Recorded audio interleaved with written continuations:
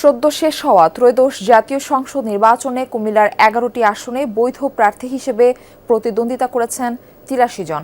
তবে ফল ঘোষণার পর দেখা যায় ৫৯ জনই হারিয়েছেন জামানত। ভোটারদের অভিযোগ, বড় দল ছাড়া বেশিরভাগ প্রার্থী যাননি ভোটারদের কাছে। এসব প্রার্থীর ভোটে অংশগ্রহণের পেছনে উদ্দেশ্য খতিয়ে দেখার তাগিদ সচেতন নাগরিকদের। সিলভার টিপ কন্ট্যাক্টে তৈরি নিরাপদ ও নান্দনিক ক্লিক সুইচ নির্ভরতা জীবন জুড়ে। ২৫৯ নম্বর কুমিল্লা ৫ আসন। এ আসনেই ১০ প্রার্থীর মধ্যে জামানত হারিয়েছেন ৮ জন। জেলার ১১টি সংসদীয় আসনে ছিল ব্যাপক প্রতিদ্বন্দ্বিতা। বিভিন্ন রাজনৈতিক দল, জোট ও স্বতন্ত্র মিলিয়ে ৮৩ জন প্রার্থী অংশ নেন এবারের সংসদ নির্বাচনে। তবে ভোটের ফলাফল ঘোষণার পর দেখা যায় এদের মধ্যে ৫৯ জন প্রার্থী জামানত হারিয়েছেন, অর্থাৎ মোট প্রার্থীর ৭১.১% ন্যূনতম ১/৮ ভোট পাননি। কোনো আসনে মোট প্রাপ্ত ভোটের ৮% নিচে হলে সে প্রার্থী জামানত হারাবেন। বিশ্লেষকরা বলছেন, এবারের নির্বাচনে মূল প্রতিদ্বন্দ্বিতা হয়েছে সীমিত কয়েকটি দলের প্রার্থীর মধ্যে।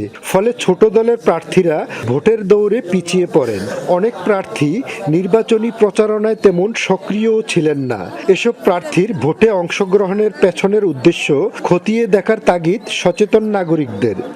অনেকগুলো সংগঠন থেকে যারা নির্বাচন করছে তারা তাদের এই পলিটিক্যাল যে আইডেন্টিটিটা সেটা ব্যবহার করে কোনো ব্ল্যাকমেলিং করছে কিনা, সেখানে কোনো ট্রেডিং হচ্ছে কিনা, অথবা কোনো মনিটারি কোনো অ্যাডভান্টেজ তারা নিচ্ছে কিনা, সেই বিষয়টি কিন্তু স্ক্রিনিং একটি প্রয়োজন আছে। এখানটাই মানুষের প্রশ্ন যে এরা আসলে রাজনৈতিকভাবে দক্ষ বা সংগঠিত কোনো শক্তি কিনা, তারা সাধারণ মানুষের সাথে তাদের কোনো যোগাযোগ আছে কিনা, এলাকার মানুষের সাথে কোনো যোগাযোগ আছে কিনা।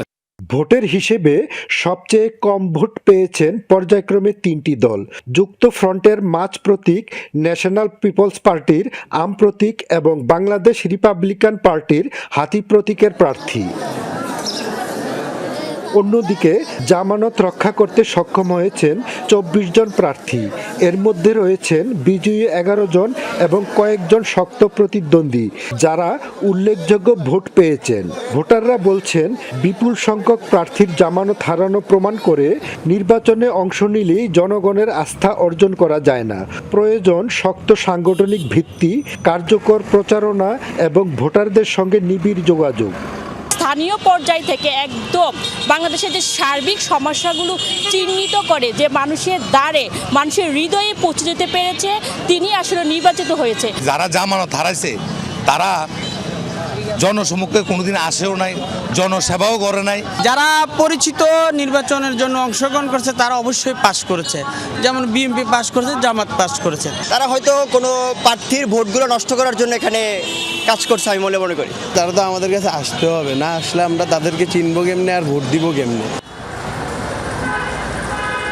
কুমিল্লায় ৮৩ জন প্রার্থীর মধ্যে ৫৯ প্রার্থীর জামানত বাজেয়াপ্তের ঘটনা এবারের নির্বাচনের প্রতিযোগিতার বাস্তব চিত্র তুলে ধরেছে, যা প্রমাণ করে ভোটের মাঠে প্রার্থী হওয়াই যথেষ্ট নয়, প্রয়োজন ভোটারদের আস্থাও।